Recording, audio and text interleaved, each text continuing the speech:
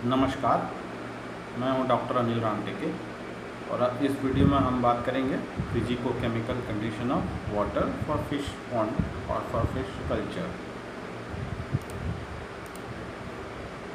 जब हम फिजिको-केमिकल की बात कर रहे हैं तो उसमें दो बातें हैं, एक है फिजिकल कंडीशन और दूसरा है केमिकल कंडीशन। फिजिकल कंडीशन क्या होती है? फिजिकल कंडीशन वह कंडीशन है जिसको हम फिजिकली ऑब्जर्व कर सकते हैं, अर्थात भौतिक रूप से हम जिसको देख सकते हैं, महसूस कर सकते हैं। और जो केमिकल कंडीशन है उसके लिए केमिकल एनालिसिस की ज़रूरत होती है। केमिकल एनालिसिस के द्वारा ही हम किसी वाटर बॉडी के केमिकल कंडीशन के बारे में जान सकते हैं। जो फिजिकल कंडीशन है उसमें सबसे इम्पोर्टेंट जो होता है वो टेम्परेचर है, उसके बाद कलर है, फिर है टर्बिडिटी। ये तीन मुख्य जो हैं वो फिजिकल कंडीशंस हैं किसी भी पॉन्ड वाटर के लिए। और केमिकल कंडीशन के अंतर्गत ऑक्सीजन, कार्बन डाइऑक्साइड और टोटल एल्कनिटी, ये तीन मुख्य कंडीशंस हैं या ये तीन मुख्य पदार्थ हैं जो किसी वाटर बॉडी या किसी पॉन्ड के लिए बहुत ज़रूरी होते हैं।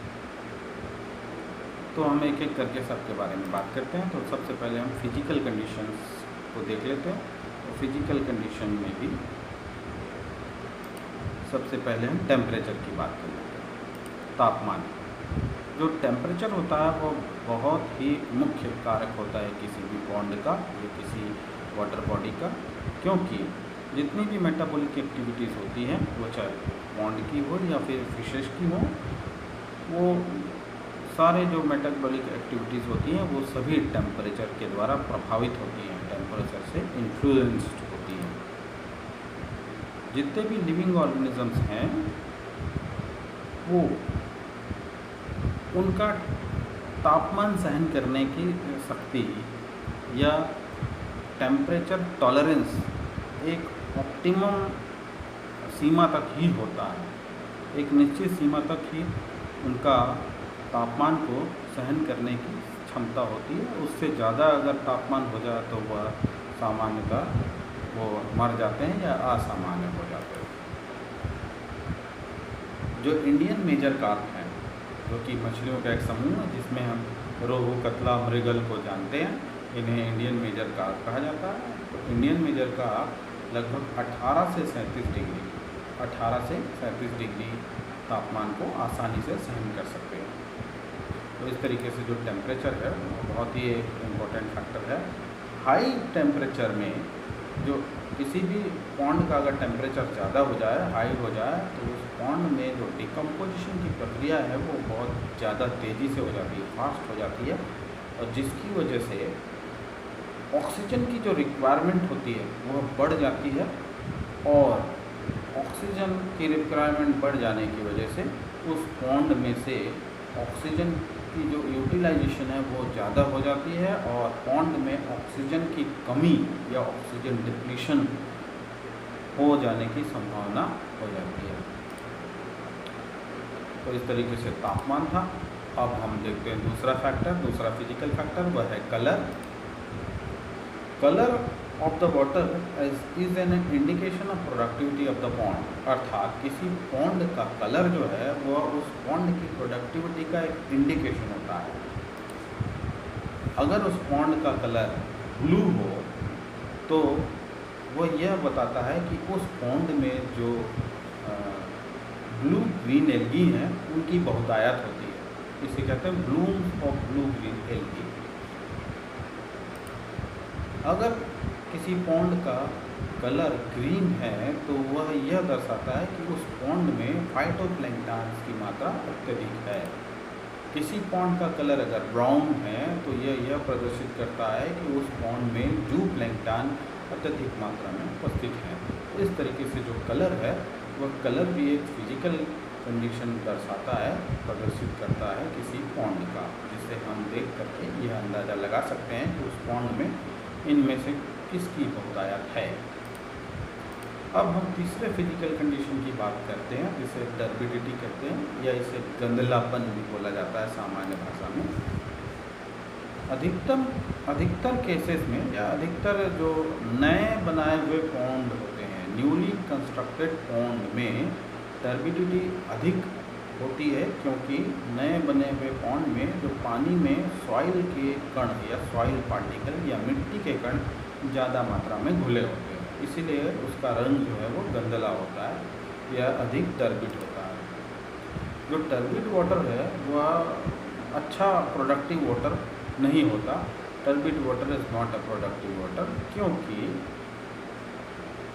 क्योंकि किसी वाटर बॉडी में अगर टर्बिडिटी ज़्यादा हो, अर्थात पानी का जो गंदलापन अधिक हो, तो वह सनलाइट को अंदर तक पेनिट्रेट होने नहीं देता, अर्थात उस पानी में जो सूर्य का प्रकाश है वह अंदर तक नहीं जा पाता, जिसकी वजह से जो उस पानी में मौजूद जो ये वाटर प्लांट्स हैं उनका जो फोटोसिंथेसिस या प्रकाश संश्लेषण करने की जो क्षमता है उसमें जो है वो प्रभाव पड़ जाता है, प्रभावित हो जाते हैं, वो कम हो जाता है, और जिसकी वजह से उस पॉन्ड का जो प्रोडक्टिविटी है वह प्रभावित हो जाता है। तो इस तरीके से जो टर्बिडिटी भी एक अत्यधिक महत्वपूर्ण जो है वो फैक्टर है, भौतिक फैक्टर या फिजिकल फैक्टर। अब हम बात कर लेते हैं केमिकल कंडीशन। केमिकल कंडीशन में पहले हम सबसे पहले बात कर लेते हैं ऑक्सीजन की, जो सबसे इम्पोर्टेंट कंडीशन है। ऑक्सीजन न सिर्फ जो पानी के बाहर के जंतुओं का, बल्कि पानी के जंतुओं का या हवा के सभी हर जगह के जो जंतु हैं उनके लिए सबसे इम्पोर्टेंट होता है ऑक्सीजन। बगैर ऑक्सीजन के कोई भी जीव जो है वो सर्वाइव नहीं कर सकता। तो जो पानी में रहने वाले जो ऑर्गेनिजम्स हैं, एक्वेटिक ऑर्गेनिजम्स, उनका जो ऑक्सीजन का मेन सोर्स होता है वह होता है डिजॉल्व्ड ऑक्सीजन, अर्थात पानी में घुली हुई ऑक्सीजन ही डिजॉल्व ऑक्सीजन कहलाती है, और वही डिजॉल्व ऑक्सीजन किसी भी एक्वेटिक ऑर्गेनिज्म के लिए ऑक्सीजन का मेन सोर्स होता है। और जो प्रेजेंस ऑफ ऑक्सीजन है, अर्थात ऑक्सीजन की जो उपस्थिति है पानी में, वह बहुत सारे फैक्टर्स से प्रभावित होती है।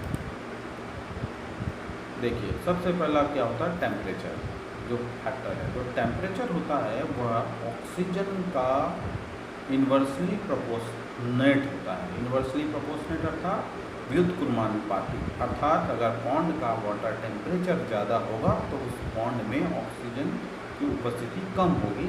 पॉन्ड का वाटर टेम्परेचर अगर कम होगा तो उसमें ऑक्सीजन की उपस्थिति ज़्यादा होगी। अच्छा, किसी भी जो एक्वेटिक मीडिया है, एक्वेटिक मीडिया या फिर वाटर बॉडी या पॉन्ड कह लीजिए, तालाब कह लीजिए, उसमें जो एल्गल ब्लूम्स होते हैं, एल्गल ब्लूम्स अर्थात एक प्रकार की एल्गी या जैसे क्या कवक कहते हैं, शैवाल कहते हैं, शैवाल। तो वो जो शैवाल की उपस्थिति जो है वह उस वाटर बॉडी में जो फोटोसिंथेसिस की रेट को बढ़ा देती है, क्योंकि वो भी फोटोसिंथेसिस करते हैं।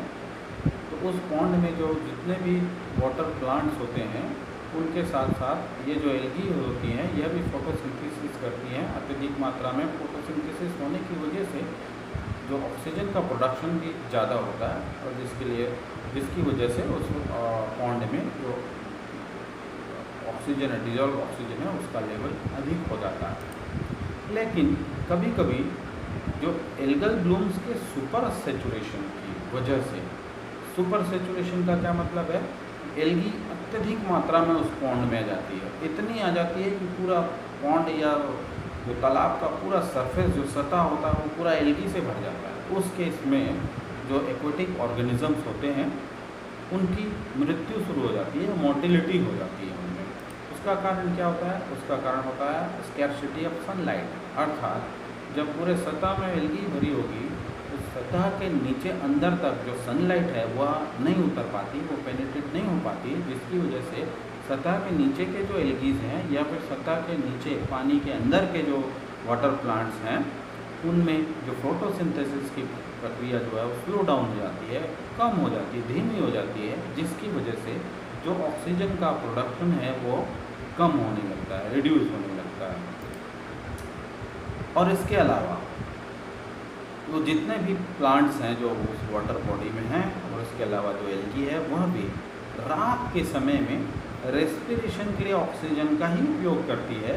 और इस वजह से ऐसे वाटर बॉडी में जिसमें कि जो एल्गल ब्लूम्स का अत्यधिक सेचुरेशन हो गया हो, वहाँ पर रात के समय में ऑक्सीजन डिप्लीशन होने का खतरा हमेशा होता है, जिससे कि उस पॉन्ड में अचानक से ऑक्सीजन की कमी हो जाती है और उस पॉन्ड में जितने भी वाटर ऑर्गेनिजम्स हैं उनकी मृत्यु हो जाती है।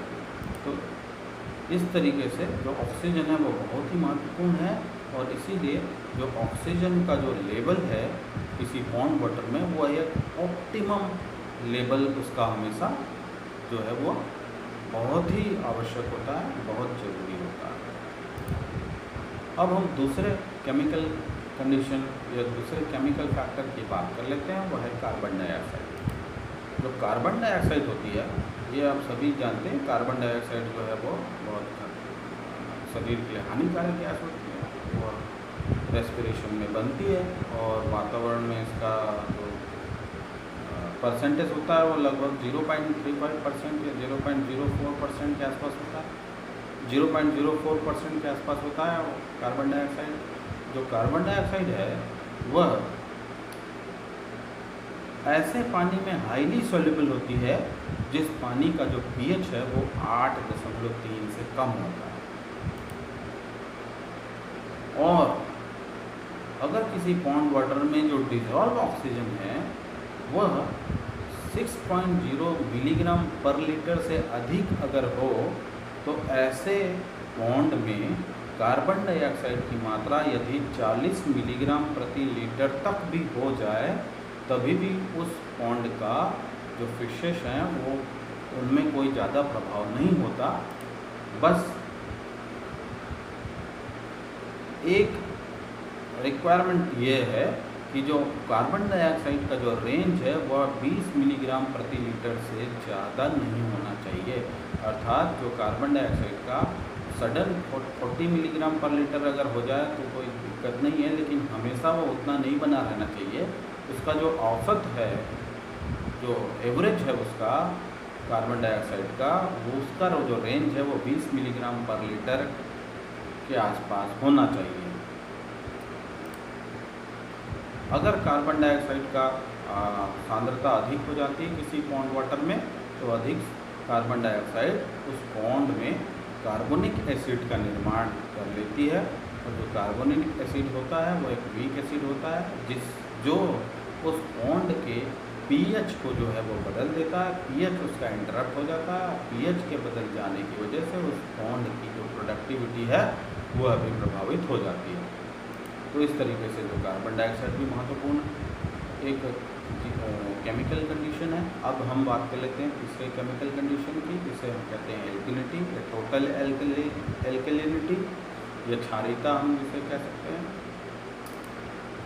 जो एल्कलिनिटी है उसको हम acid combining capacity of water के तौर पर डिफाइन कर सकते हैं। किसी भी वाटर बॉडी या किसी तालाब की एसिड कंबाइनिंग कैपेसिटी जो है वह उसकी एल्कलिनिटी कहलाती है। और जो एल्कलिनिटी है वह पानी में कार्बोनेट, बाइकार्बोनेट एवं हाइड्रोक्सिल की सांद्रता का एक माप है या मेज़र है, और इसे कैल्शियम कार्बोनेट मिलीग्राम प्रति लीटर या उसी के इक्विवेलेंट या उसके बराबर के रूप में मापा जा सकता है या मापा जाता है। और किसी भी पॉन्ड में जो एल्कलिनिटी का जो रेंज है वो 80 से 150 मिलीग्राम प्रति लीटर तक सबसे अच्छा होता है। वो चाहे रियरिंग पॉन्ड हो अर्थात नर्सरी पॉन्ड हो या फिर बड़ा ग्रो आउट पॉन्ड हो, दोनों ही प्रकार के पॉन्ड में 80 से 150 मिलीग्राम प्रति लीटर एल्कलिनिटी वो मोस्ट सूटेबल होती है। अब हम देख लेते हैं किसी पॉन्ड में जिसमें कि मछलियाँ पाली जानी हो या मछलियाँ पाली जा सकनी हो, तो ऐसे पॉन्ड का जिसमें फिश कल्चर किया जा सके उसका फिजिको केमिकल फैक्टर्स की जो ज़रूरत है वो इस प्रकार होती है। सबसे पहले टेम्परेचर की बात कर लेते हैं। यहाँ पर देखेंगे नर्सरी पॉन्ड, नर्सरी या रीयरिंग पॉन्ड।